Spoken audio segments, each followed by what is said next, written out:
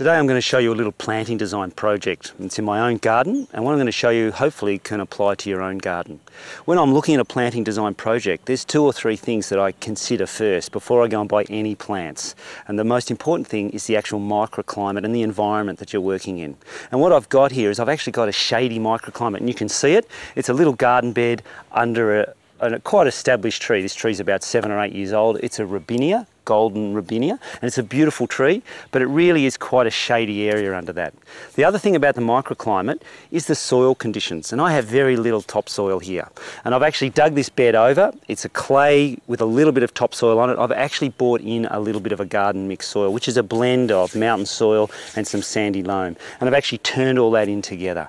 So once you understand your microclimate, you've got your garden bed prepared, then the next thing is about the plants that you're going to choose for it. And you've got to make sure that the plants are going to enjoy the soil type, but also the shade or the sun factor that they're going to get in that area. So let's go and have a little look at the planting.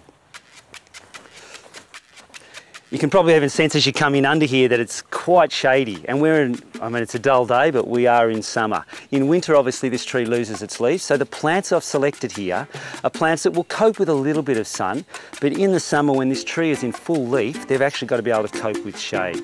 So the plants I've chosen is this wonderful plant. It's an Australian plant. It's Mollinaria capitulata, and it's a foliage plant. So while it gets a really interesting little yellow flower, why I am growing it and have selected it is because it'll grow here comfortably without a lot of extra water or a lot of extra fertiliser.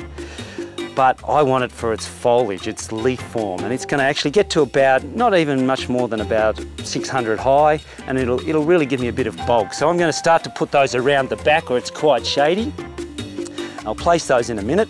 The other little plant, which I love, is called Chinese plumbago, or Ceratostigma plumbagoides, and I mean that is one of the true blue flowers that you'll get in gardening, and getting true blue is actually very difficult. In fact, genetic scientists have been trying to get a blue rose for 10 years, and it's been costing them millions and millions of dollars, and they still haven't done it. I don't even know why they bother when you can get a plant as beautiful as that. So both these plants will enjoy these conditions. When it comes to planting design, what a lot of people do is things become over complex. So what I've tried to do, I'm actually only using 2 different types of plants here. I'm using the foliage of the Mollinaria and the ground cover form of this Ceratostigma, and that will be enough. So I'm just going to set those out now and just show you how I do that as well.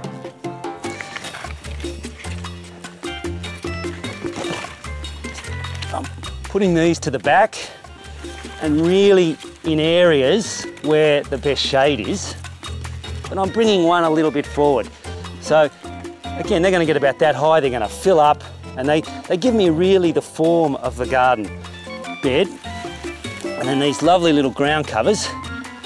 So while it's subtle, their form is going that way, the form of these guys is going that way, so you get this nice little play of contrast between the 2 different forms. The other thing I always encourage people to do is don't plant 1 or 2 of anything. Plant 5, 7, 6s.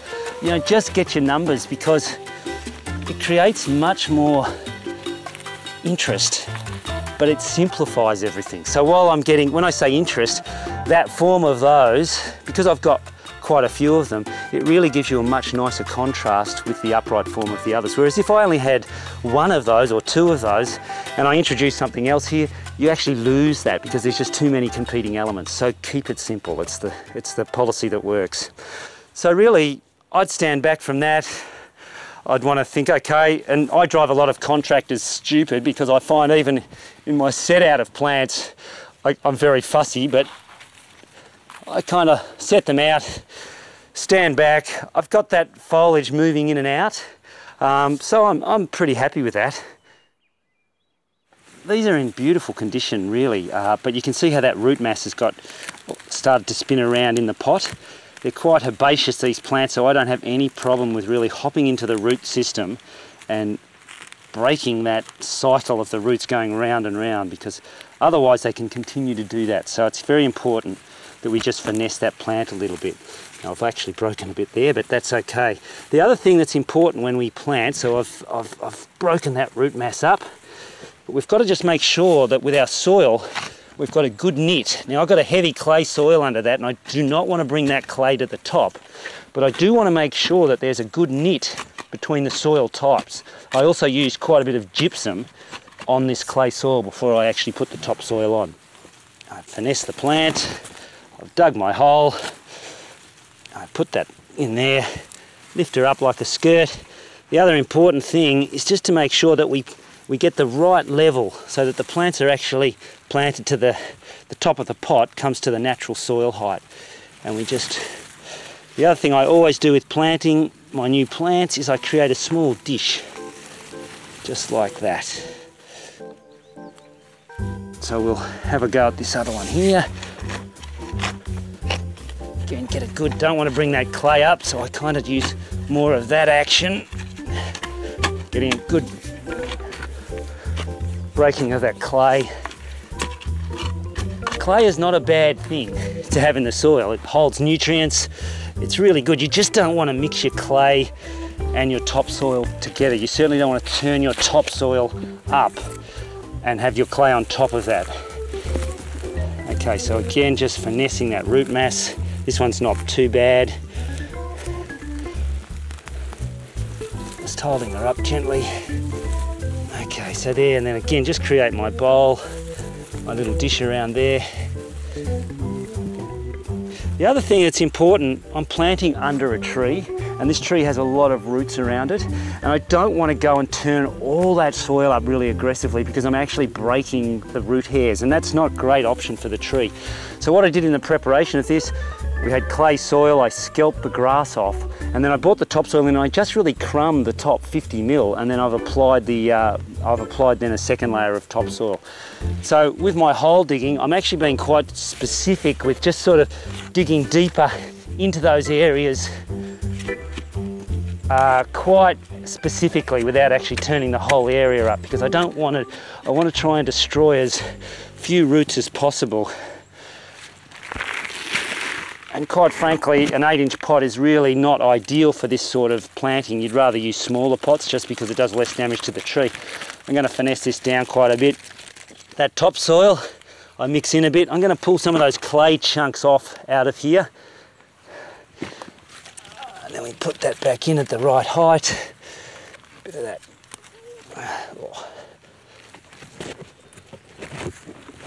Break that soil up. And again, just create my little dish around there. Just making sure we've got good firmness around the actual pot. I'll move a bit of that later. Now the last thing that's important to do is to water these in, so we avoid any air spaces within the soil, and it obviously gives the plants their first water. So I'll just go and get my little watering can. The other thing I've added to this is I've actually added a seaweed product. I use sea salt, there's a few of them on the market, but it's good when you're planting plants to use sea salt because it's actually a root stimulant. So it's just, with a little bit of the damage that I've done, it just kind of helps them along a little bit. And then with our little dish areas, the water should just sit in there quite nicely. You just see the brownness of that water, that's just the seaweed in there. Do that again here.